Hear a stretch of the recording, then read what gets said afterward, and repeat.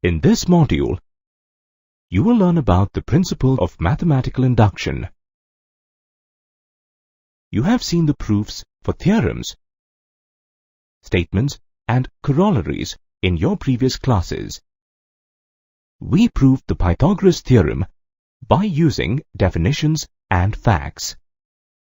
The square root of 2 is an irrational number. This can be proved by contradiction.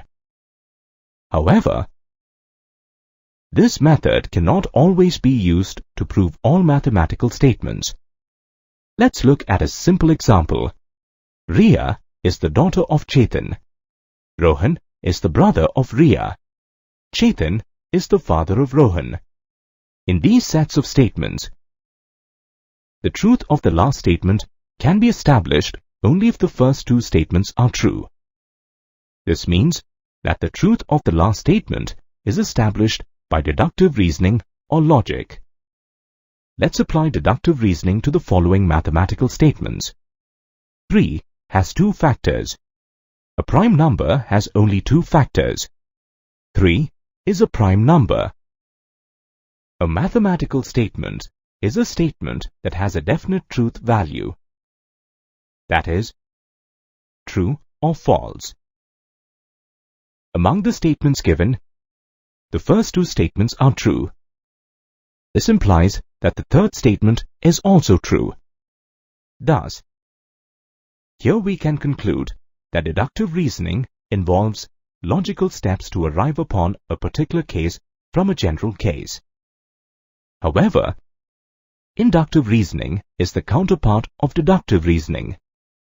This is commonly used in mathematics, where collecting and analyzing data is the norm. This is a process of establishing general principles from particular cases. In mathematics, we come across many mathematical statements, formulae, and theorems that cannot be proved directly. To prove such kind of statements, we use the principle of mathematical induction. To prove mathematical statements through the induction method, we must follow certain principles. The basic principle behind mathematical induction is that if a statement is true, then the statement that follows the first statement is also true, and so on. Consider a mathematical statement P of n involving natural number n, such that the statement is true for n equal to 1, or in other words, P of 1 is true. If the statement is true for n equal to k, where k is a positive integer, then the statement is true for n equal to k plus 1. In other words, if P of k is true, then P of k plus 1 is also true. This is also referred as the inductive step. Assuming the statement is true for n equal to k in the inductive step is called inductive hypothesis. Then, P of n is true for all natural numbers. Principle 1 is a statement of fact, while Principle 2 is a condition. If P of n is true for all n greater than or equal to 2, then the first step starts from n equal to 2, and we verify the result of P of 2. Next, if the second principle is true for n equal to k, then it is also true for n equal to k plus 1. Let's look at an example. The formula for the sum of the first n odd positive integers is n squared. Let this statement be P of n. This can be proved by replacing n with 1, 2, 3, and so on. Let's first consider n equal to 1. That is, 1 is equal to the square of the first odd positive integer. Thus, P of 1 is true. This statement can be considered as a fact. Now, we will take n equal to 2, the sum of the first two odd positive integers, 1 plus 3, is equal to 4, which is equal to the square of the number of terms, that is 2. Thus, it is proved that P of n is true for n equal to 2. Next, consider n equal to 3. That is, first, three odd positive integers, 1, 3 and 5. The sum of the integers is 9, which is equal to the square of number of terms. Thus, P of n is true for n equal to 3. Now, let's consider if P of k is true, where k is a positive integer. We need to prove that P of k plus 1 is also true. Since P of k is true, we get this statement. Let this be equation 1.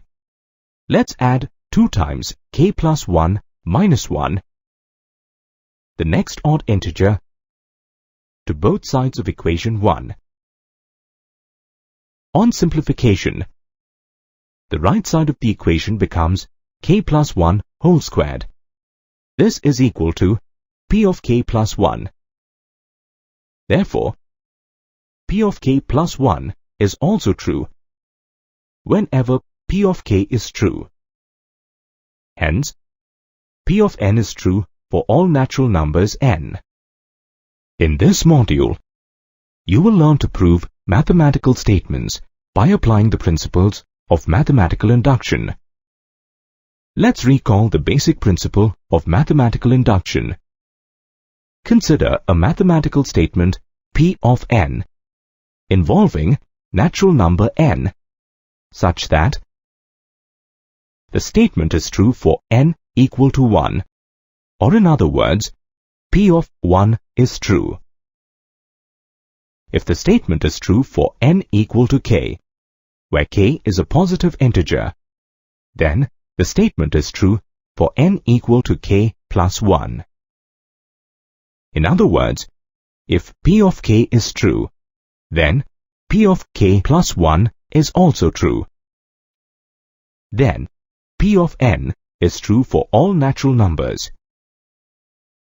Principle 1 is a statement of fact, while Principle 2 is a condition. If P of n is true for all n greater than or equal to 2, then the first step starts from n equal to 2, and we verify the result of P of 2.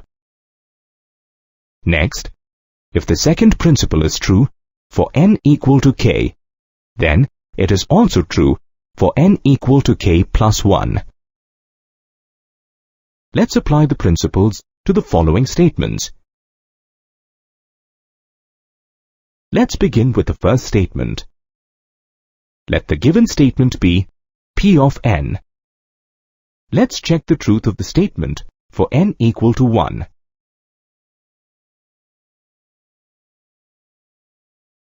For n equal to 1, both sides of the statement are equal.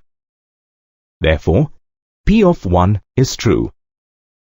Let's assume that P of n is true for some natural number k.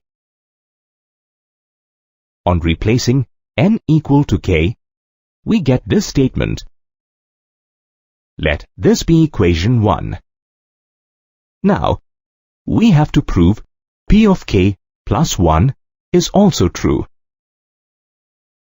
Let's add the next term of the series to both sides of the statement. On factorizing the numerator, we get 2k plus 1 multiplied by k plus 1. The denominator can also be written as 2 times k plus 1 plus 1. This is equal to P of k plus 1. Therefore, P of k plus 1 is true. Hence, The given statement is true for all natural numbers n. The second statement is 2 raised to the power 3n minus 1 is divisible by 7. We have to prove that the expression is divisible by 7 for all natural numbers n. Let this statement be P of n.